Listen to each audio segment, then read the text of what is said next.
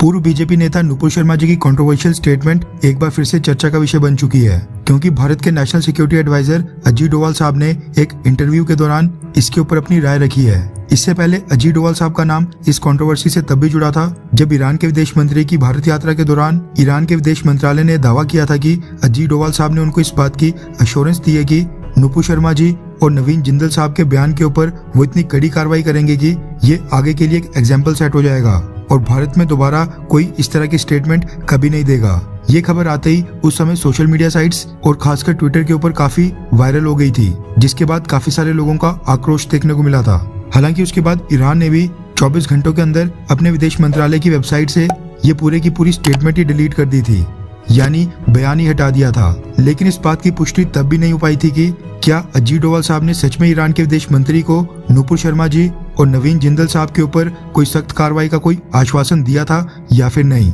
हालांकि अब जो भारत के national security adviser Ajit Doval sahab की स्टेटमेंट सामने निकल कर आ रही है, उससे कम से कम ये तो साफ हो जाता है कि अजीत डोवाल साहब नुपुर शर्मा जी की कंट्रोवर्शियल स्टेटमेंट के बारे में क्या राय रखते हैं। पिछले कल अजीत डोवाल साहब ने देश की सबसे बड़ी न्यूज एजेंसी ANI न्यूज को एक इंटरव्यू दिया था और उसी इंटरव्यू में नुपुर शर्मा जी की कंट्रोवर्शियल स्टेटमेंट के बारे में भी उनसे सवाल पूछा गया था। हम आपको अजीत डोवाल साहब की पूरी स्टेटमेंट बताएंगे कि उन्होंने एग्जैक्टली क्या बोला है। रेफरेंस के लिए आपकी स्क्रीन के ऊपर द इंडियन एक्सप्रेस के आर्टिकल का स्क्रीनशॉट है, जिसके मुताबिक देश के NSA अजीत डोवाल साहब का कहना है कि नुपुर शर्मा जी ने पैगंबर के ऊपर जो बयान दिया है उसके कारण जो कंट्रोवर्सी पैदा हुई है, उसने भारत की रेपुटेशन यानी भारत की जो विदेशों में साख थी, हमारी प्रतिष्ठा थी, उसको नुकसान पहुंचाया है। उनके मुताबिक नुपुर शर्मा जी और नवीन जिंदल साहब के बयानों ने भारत की इमेज को बहुत ही गलत तरीके से प्रोजेक्ट किया है, जो कि भारत है ही नहीं। रिपोर्ट के मुताबिक अजीत डोवाल साहब ने कहा है कि भारत की रेपुटेशन को इस तरह से नुकसान हुआ है कि इस बयान और कंट्रोवर्सी के कारण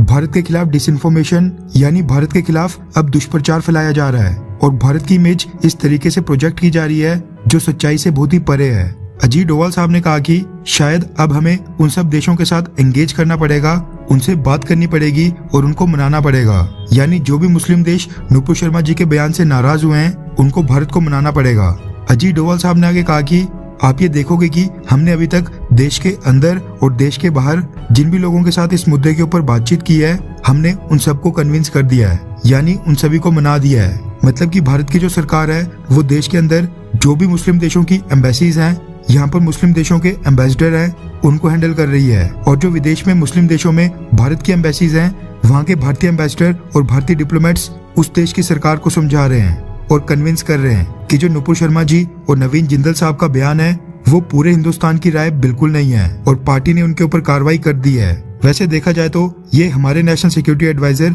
अजीत डोवाल साहब की राय थी, लेकिन मैं आपकी राय जानना चाहता हूँ कि क्या भारत की सरकार को हर एक मुस्लिम देश के पास जाकर उनको मनाने, उनको सफाई पेश करने या फिर नुपुर शर्मा जी और नवीन जिंदल साहब के ऊपर कड़ी कार्रवाई करने का आश्वासन देने की कोई जरूरत थी, हाँ या फिर ना? नीचे कमेंट करके अपनी राय जरूर बताएं।